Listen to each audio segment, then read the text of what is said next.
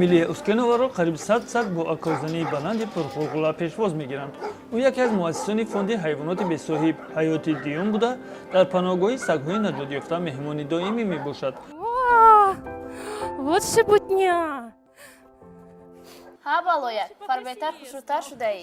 наҷотдиҳии сагонро иззокорони Чимкент 6 сол муқаддам оғоз карда буданд. Бо бунёд шудани паноҳгоҳ наҷотдиҳии ҳайвонот аз кӯча осонтар гашт. Дар навбати аввал ҷои муайяне барои нигоҳ доштани онҳо пайдо шуд. Каждую субботу с девочками здесь.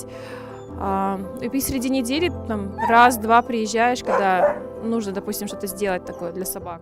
ҳар рӯзи шанбе ҳамин ҷоям.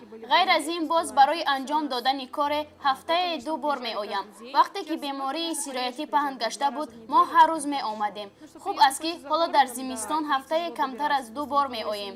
паноҳгоҳ аз шаҳр дур асту нақлиёти мусофиркаш то мактаб меояд ва рӯзона 1,5 километр пиёда қадам задан лозим меояд.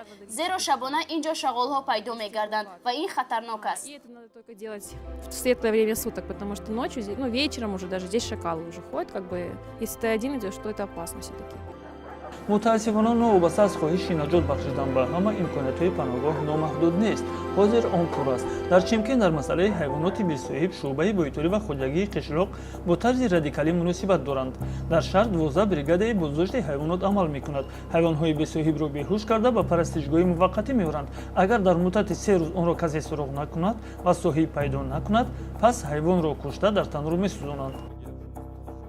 ба андешаи мо боздошти ҳайвоноти бесоҳиб роҳи беҳтарини ҳалли масъала аст. шумораи сагу гурбаҳои бесоҳиб дар шаҳр хело кам гаштааст. Считаю, что в течение 2-3 лет можно решить проблему с бездомными животными. Ну, на 80-90% точно.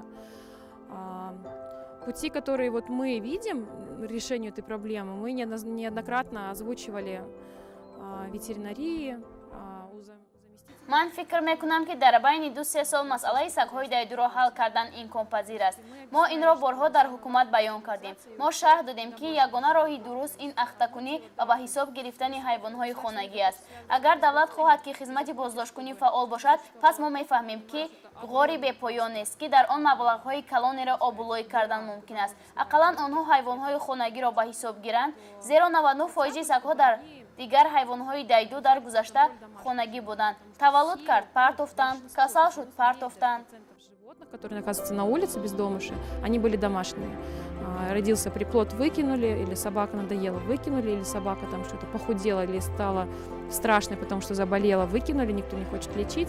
агар шумо таърихи аҷиби худро дошта бошед ё ба қаҳрамонои ин барнома кӯмак расонидан хоҳед, ба суроғаи электронӣ мо нависед allau.kz ҳатман ишораи барои барномаи қаҳрамонои моро гузоред.